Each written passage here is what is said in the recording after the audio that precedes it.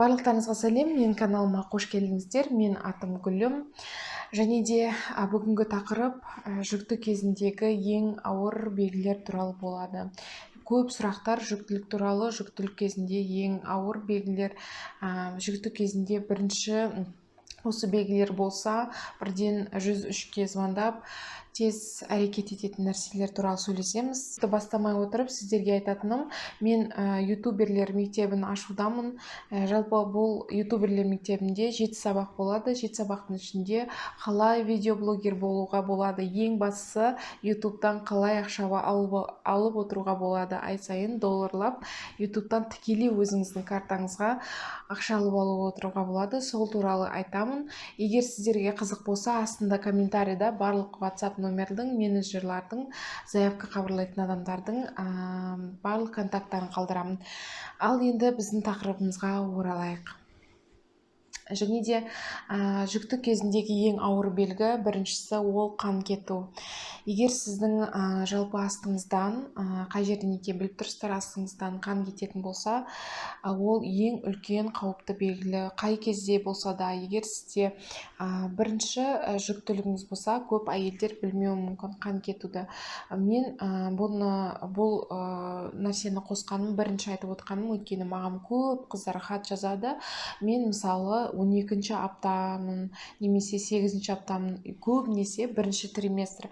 Бірінші триместр дегеніміз бірінші 3 айды айтамыз, бірінші триместр дегеніміз. Яғни 12-ші, 13-ші аптаға дейін бірінші триместр болып табылады. Сол кезде қыздар айтады маған, Гүлім, осындай менде қоңыр астымнан ағып жатыр, қоңыр бөліністер деп айтады. Сол кезде мен не істесем болады деген сұрақтарға жауап күтеді менен. Мен сіздерге айтайын, егер астыңыздан қоңыр бөлінділер жалпы қызылға айналып жатса, міндетті түрде өзіңіздің гинекологыңызға звондайсыз, немесе егер қан кетіп жатса, қан кеткенмен бірге іш аурулары болып жатса, әрине сізде гинекологқа да звондамай, түннің іші болса, бірден 103-ке звондаған дұрыс. Өйткені бұл өте ауыр белгілердің бірі, яғни оны түсікке әкелуі мүмкін. Өкінішке орай сондай белгілерді көбісі маған жазып, уақытын алып жатады. Маған жазудың қажет жоқ, міндетті түрде оны жалпы ауруханаға барып, ауруханада жатып емделетін нәрсе. Белгіліміз ол іштің көп аурулары. Яғни жүкті болғаннан кейін ішіңіз шамалы тартып ауруы мүмкін. Ол қандай белгілер болады? Ішіңіз тартып ауырады. Бұрынғы жалпы сізде ай сайын келетін жалпы етеккірлеріңіздің алдында іш ауырады ғой. Сол сияқты жалпы тартып ауруы мүмкін. Неге? Өйткені сіздің ішіңізде жалпы бала өсіп жатыр. Баланың өскен белгісі, яғни ол жерде сіздің барлық қандарыңыз, қан тамырларыңыз, жалпы барлығы баланы сақтап қалудың, жалпы бізде табиғат, Алла солай жаратқан, баланың сақтап қалу үшін барлық қанды сол маткаға қарай жібереді. Яғни матка өзінің, жалпы жатыр өзінің өлшеміне үлкейеді де қанға толады. Сол кезде сондай өзгеріс болып жатқан кезде сіздің ағзаңыз әртүрлі, жалпы жатырдың үлкеюіне байланысты әртүрлі сезімдер болады. Іш аурулары болуы мүмкін, іштің қатты жалпы инемен сұққандай сезімдер болуы мүмкін. Сондай сезімдер болады, іш ауруы. Егер сіздің іші ауруыңыз қатты болып кетсе, немесе астыға тартып ауыратын болса, ол деген үлкен былай қоңырау соғып жатыр сіздің ағзаңыз.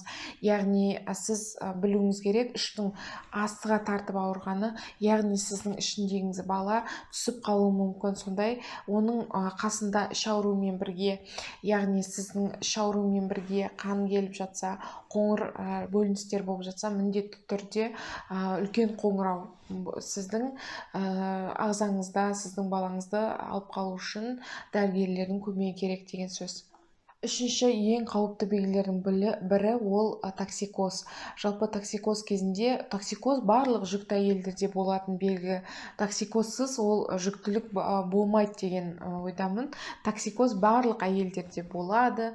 Біреуінде аз болуы мүмкін, біреуінде көп болуы мүмкін. Бірақ қыздар, токсикозды сіздер білулеріңіз керек. Егер сізде түк тамақ жемей қалсаңыз, егер сіз толастап құсып жатсаңыз, Мысалы бір рет, екі рет күніне құсқан ол жалпы болады. Одан кейін сіздің жалпы аппетит дейді ғой, тәбетіңіз жалпы жақсы болса, тамақты да жақсы жеп жатсаңыз, бірақ құсып тастап жатсаңыз бір-екі рет болады.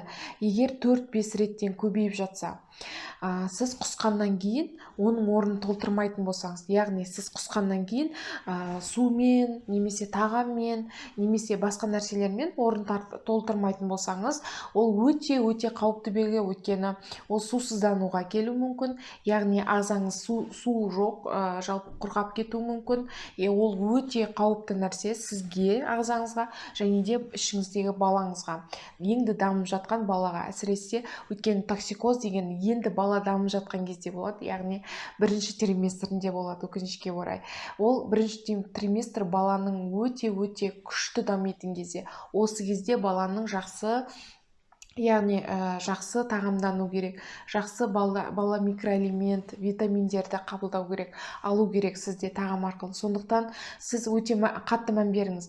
Егер сізде азанда жалпы құсқыңыз келетін сезімдер болса, оны сіз су ішіп немесе лимонмен су ішіп басуыңызға болады. Өте азанда құсқыңыз келсе, немесе тағам жесеңіз болады. Көп әйелдерде токсикозы азанда болады, тағам ішкеннен кейін кетеді. Ол жеңіл токсикоз.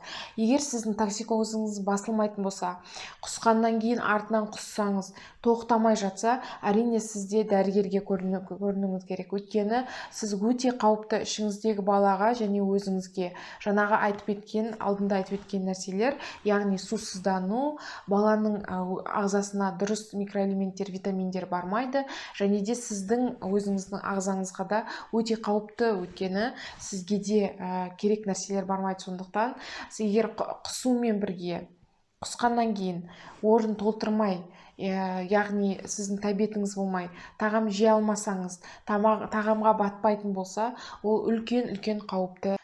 Төртінші нәрсе, жалпы төртінші айтатын нәрсе бөліністер түсі. Жалпы бөліністер түсі бізді әйелдің астынан бөлінетін нәрселер. Жалпы выделение деп айтамыз ғой, выделение қандай түсті болу керек. Жалпы егер сіз дені сау, жақсы иммунитетті әйел болсаңыз, бөліністер түсі жалпы түссіз болу керек, немесе сәл аққа қарай түсті болу керек. Егер түсі творожный болса, жалпы ірімшік сияқты, творог сияқты болатын болса, немесе иісі болатын болса, бір өзіңізді выделениеңіз басқа иісті еді, яғни иіссіз еді, одан кейін соңғы кезде иісін байқап жүрсіз. Одан кейін иісімен бірге қышитын болса, яғни сіздің кешіріңіздер, бұл медициналық тақырып болғасын, астыңыз қышитын болса, одан кейін сізде жалпы жаңа иіспен бірге жаңа бөліністердің түсі сарғайып кетсе, немесе жасыл болып кетсе, ол дегеніміз бактерия бар дегеніміз. Көбінесе жасыл кезде ол бактерия бар дегеніміз. Егер творожный болса, яғни ол молочница дейді, немесе кандидоз дейді, яғни ол грибоктар немесе саңырауқұлақтар көбейіп кеткен негіз. Яғни сіздің астыңыздағы флора дегеніміз бактериялардың дисбалансы болып жатыр деген сөз. Дисбаланс дегеніміз, яғни сізде патогендік флора дегеніміз бізге ағзамызға керек емес флоралар көбейіп кетті деген нәрсе. Яғни жасыл болған кезде көбінесе бактерия болады. Ол көбінесе жаңағы көп болады выделениеңіз, және де температурамен жүруі мүмкін. Температура болмаса қышу, жаман иістер, және де өте көп ағынды болады. Яғни ол іріңге ұқсас болады. Сондай болмау керек. Ол өте ішіңіздегі балаға әсер етеді. Бұл жүкті кезінде ғана емес, егер әйел жүкті емес кезінде де осындай бөліністер болса, өте қауіпті нәрселер. Өйткені ішіңіздегі балаға ол ол жоғары көтеріліп, қынап арқылы көтеріліп, маткаға қарай барса, оның бәрі жалпы ішіндегі баланың ішіне барып, балаға да әсері болуы мүмкін бактериялардың. Сондықтан жалпы тек қынаптың ішінде болған кезде, бір ошақта болған кезде соны емдеп тастау керек. Көбінесе жалпы гинеколог врачтарға барсаңыз, оның емі бар, яғни емдеуге болады. Және де бөліністерге келетін болсаңыз, жаңағы алдында айтқан қан бөліністері де өте қауіпті болып табылады. Жалпы келесі біздің қауіпті нәрселер 5-ші дейміз. Бізге қауіпті нәрселер ол 5-ші, ол егер сіздің дене бітіміңіз іси бастаса, яғни көбінесе жүкті кезінде жалпы 1-2 триместр жақсы болады, яғни 20 аптаға шейін, 20 аптадан кейін әйел өте күрт өзінің салмақ қосқанына байланысты оған қосылып ісінулер пайда болуы мүмкін. Ол ісінулер аяғы сынып немесе қолдары сыни бастайды. Егер сіздің қолыңыз, аяғыңыз ісінуге бірге, жалпы сіздің жалпы моча дейді ғой, есепті тапсырған кезде сіздің анализіңізде белок болса, яғни белок дегеніміз сіздің бүйрегіңіз дұрыс жұмыс істемей жатыр дегеніміз. Яғни сіздің бүйрегіңіз бала өскен сайын, бүйректі басқан сайын өзінің қызметін дұрыс атқара алмай жатыр деген сөз. Егер белок немесе басқа өзгерістер болса, немесе аяғыңыз іси бастаса, оған қоса сіздің жалпы қан қысымыңыз өте жоғарылап кетсе, яғни қашқай кезде жоғарылайды. Егер 120-дан жоғары болса, бастапқы белгіліміз 120-да 80 ғой, 110-да жалпы 110-да 70, одан да жоғарылап бара жатса, көбінесе жүкті әйелдердің қан қысымы өте төмен болады. Сізде өзіңізде бақылап жүрген шығарсыздар, 90-да 60, 100-де 70 деген сияқты. Одан жоғарылап кетсе, яғни резко болса, яғни аяқ астынан болып кетсе, жалпы 130-140-қа дейін кетіп бара жатса, міндетті түрде осының бәрі комплексте болса, ісіну, анализдеріңіз, яғни жалпы қан қысымыңыз жоғарылап жатса, міндетті түрде гинекологқа көрінесіз. Өйткені бұл ерте туып қоюдың белгілері болуы мүмкін. Өйткені преэклампсия, эклампсия деген диагноздар бар, жүктілерге қоятын. Сол кезде баланың ерте туылуы болуы мүмкін. Соның барлығын алдын алу үшін емделу керек. Жалпы гинекологтар қарау керек, өте қауіпті бала үшін. Сондықтан осы ісінудің емін алып отыру керек. Жалпы жүкті болудың алдында көбінесе егер сіздің бүйректеріңіз ауру болатын болса, бүйректі емдеп барып жүкті болуға тиіс. Өйткені егер сіздің ауру бүйрекке тағы да оған қосылып жүкті болсаңыз, яғни оған 2 есе жалпы ауыртпалық түсірсеңіз, міндетті түрде сіздер ісінулер болады, яғни балаңызға қауіп тудыруыңыз мүмкін. Сол қауіпті белгілерінің бірі дейсіз. Жалпы соңғы белгі ол бала қозғалысы жалпы азайса. Егер сіз бала қозғалысы қай кезде басталады? Жалпы 20-шы аптадан 18-ші аптадан бастап, егер сіз бірінші